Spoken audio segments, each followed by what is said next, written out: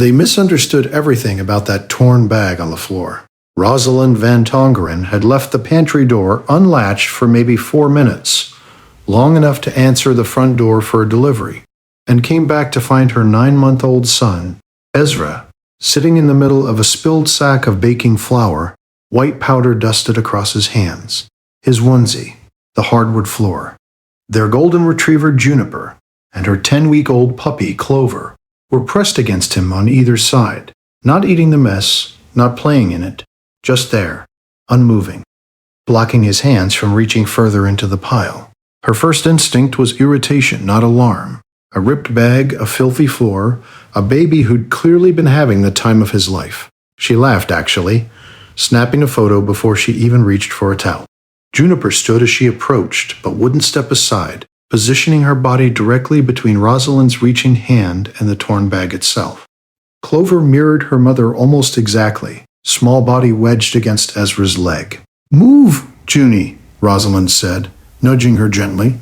Juniper held her ground, ears back, a low sound in her throat that wasn't quite a growl. In 6 years of ownership, Rosalind had never once heard that sound directed at her. She scooped Ezra up instead of pushing past the dog, mostly to end the standoff, and it was only then, holding him against her hip, flour dust settling on her sleeve, that she noticed the bag itself wasn't the plain flour sack she stocked every month. It was a bulk baking mix a neighbor had dropped off the week before, a surprise pantry gift she'd shoved onto the shelf without reading the label closely. Printed in small type near the bottom, contains tree nuts. Ezra had never been exposed to tree nuts before. Rosalind's stomach dropped as she remembered the mild note in his file from his 6-month checkup, a family history of nut allergy on his father's side, flagged as something to watch for and mostly forgotten since. She called the pediatric nurse line immediately, describing the flour, the ingredient label, the 2 dogs who wouldn't budge. He hadn't visibly eaten any of it. His hands were dusty, not his mouth, but she was told to watch closely for any swelling, hives, or breathing changes over the next hour, and to come in immediately if anything appeared. Nothing did. He was fine. But the nurse on the phone paused at one detail before hanging up. "You said the dogs wouldn't let you near the bag?"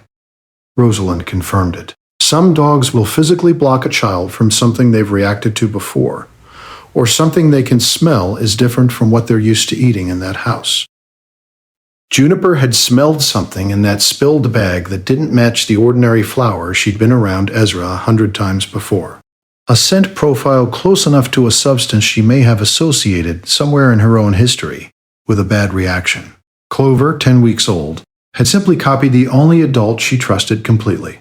Every part of that 4 minutes read differently now. The refusal to move. Not stubbornness, but a barricade. The low sound in Juniper's throat. Not aggression, but the only warning system she had. The puppy pressed against Ezra's leg, not confusion, but loyalty doing exactly what it was taught to do by watching. Has your dog or cat ever physically blocked you from something before you understood why? Tell us in the comments. We read every one of these stories. The bag went straight in the trash. Ezra's allergy panel came back positive for a tree nut sensitivity. 2 weeks later, mild but real, now something the family manages carefully. Juniper still checks every new bag that comes into that kitchen, nose first, before she'll let Ezra anywhere near it. If stories like this matter to you, subscribe so you never miss the next one.